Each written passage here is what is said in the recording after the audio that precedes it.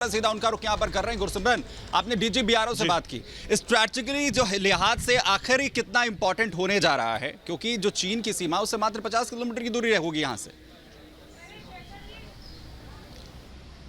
देखिए, बिल्कुल सही कहा आपने। लाइन ऑफ एक्चुअल कंट्रोल से 46 किलोमीटर, यानी कि जो एक फाइटर जेट है वो चंद सेकंड्स में ही चीनी सीमा में दाखिल हो सकता है, इतने नज़दीक ये है। और ना सिर्फ भारतीय वायुसेना के के लिए कारगर साबित होगा, बल्कि भारतीय सेना के लिए भी, क्योंकि अगर कभी ज़रूरत पड़ती है, एडिशनल डिप्लॉयमेंट करनी पड़ती है लाइन ऑफ एक्चुअल कंट्रोल पर, तो उसके लिए अब लंबा समय नहीं लगेगा, क्योंकि 2 वर्किंग सीजन की बात जो है डीजीबीआरओ लेफ्टिनेंट जनरल राजीव चौधरी की तरफ से रिपब्लिक भारत से एक खास बातचीत में कही गई है।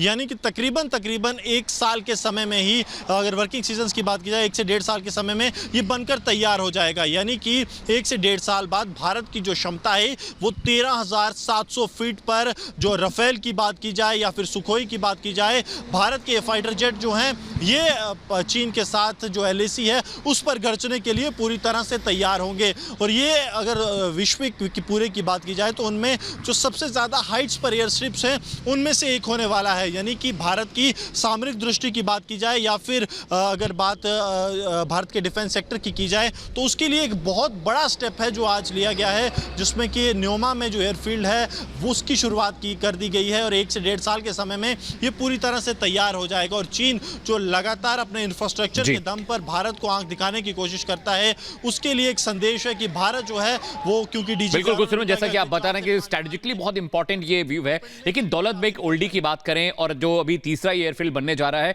क्या ये कहा जाए कि चीन से जिस तरह की हमारे रिलेशन है या चीन जिस तरह से हमारे पीठ पे छुरा घोंपता रहा है वक्त वक्त पर, क्या ये उसके खिलाफ एक बड़ी तैयारी, क्योंकि दौलत बेग ओल्डी ऑलरेडी बहुत बड़ी एयरफील्ड है, 23 में भी है। न्योमा बनाने के पीछे का मकसद यही था कि मैक्सिमम जो कैपेसिटी है एयरफोर्स वहां पे बढ़ा सके।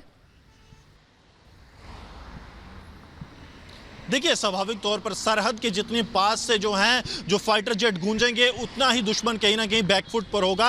और यही जो है सही मंशा है, बात अगर न्योमा एयरफील्ड की जाए बनाने के लिए, क्योंकि इससे 46 किलोमीटर का एच मिल जाएगा। यानी कि अगर आप लाइन ऑफ कंट्रोल या लाइन ऑफ एक्चुअल कंट्रोल की बात करें सरहदों पे, तो 46 किलोमीटर का फासला जो है फाइटर जेट्स के लिए तकरीबन ना के बराबर होता है। यानी कि चंद सेकेंड्स में ही दुश्मन की किसी भी हरकत का जवाब देने के लिए फाइटर जेट्स को स्क्रैम्बल किया जा सकता है। तो ये आप समझिए कि ये कितना ज़्यादा इंपॉर्टेंट जो है ये न्योमा जो एयर फील्ड है ये होने वाला है। और यही बात डीजीबीआरओ ने भी कही। उन्होंने कहा कि पहले कुछ अगर दशकों की बात की जाए 1960 के आसपास, तो हमारा फोकस जो है वो चीन के साथ इंफ्रास्ट्रक्चर डेवलपमेंट पे नहीं था, LAC पर। लेकिन अब पिछले 4 से 5 सालों में पूरा फोकस इस पे है। और यही कारण है कि आज जो 3,000 करोड़ के करीब के प्रोजेक्ट जो हैं जिनकी शुरुआत की गई है रक्षा मंत्री राजनाथ सिंह द्वारा, उनमें से 60% जो है वो लद्दाख और अरुणाचल प्रदेश, सिक्किम और चीन से लगते बाकी LAC पर हैं। यानी कि सरकार को भी ये पता है कि पाकिस्तान को मुंहतोड़ जवाब देने के लिए भारतीय सेना के पास पर्याप्त जो है रिसोर्सेस मौजूद हैं।